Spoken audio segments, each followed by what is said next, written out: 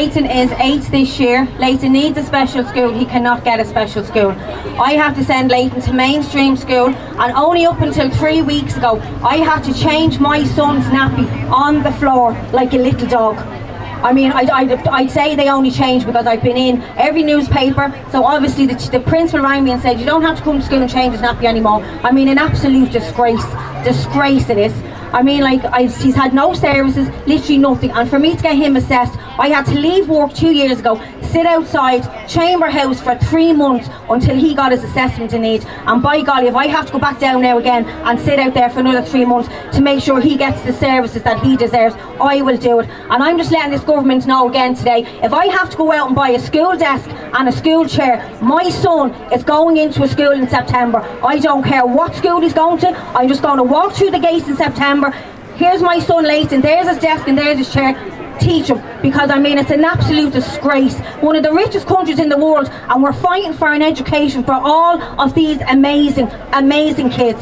Quality education! How do we want it? Now! How do we want? Quality education! How do we want it? Now! How do we want? Quality education! How do we want it? Now! This is a group of children that's been completely forgotten, completely abandoned.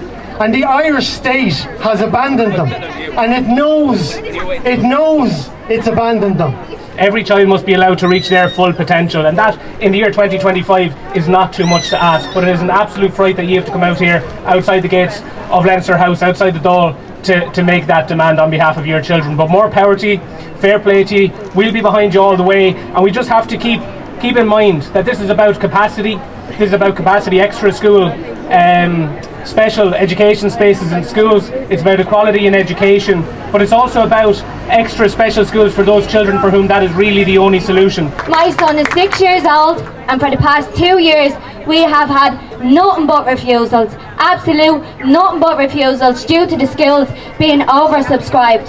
For anybody here that doesn't know, an autism class only holds 6 children. They are putting little small units into one school. How can a child grow without the resources they need to grow and thrive? Lewis, like many others, deserves a right to an education, a right that is enshrined into our Constitution under Article 42. Not a privilege, people, a right to an education. So we want to ask today, where are the teachers? Where are the classrooms? Where are the resources? The delay in placing children is not just an inconvenience, it's harmful. It's harmful to their mental health, it's harmful to their future prospects, and it's harmful to the families who are being forced to navigate a system that seems to care more about cutting costs than children who are our future. Some people here today feel like they are in the Amazon jungle with no map and no compass. We are looking around, we're panicking. People are in a state of panic.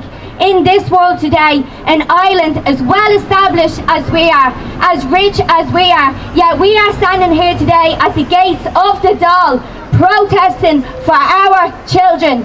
Today in 2025, let that sink in, people.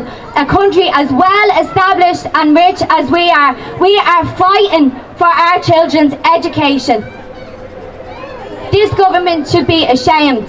So I call today to the head honchos inside to step up and please do what's right by our children.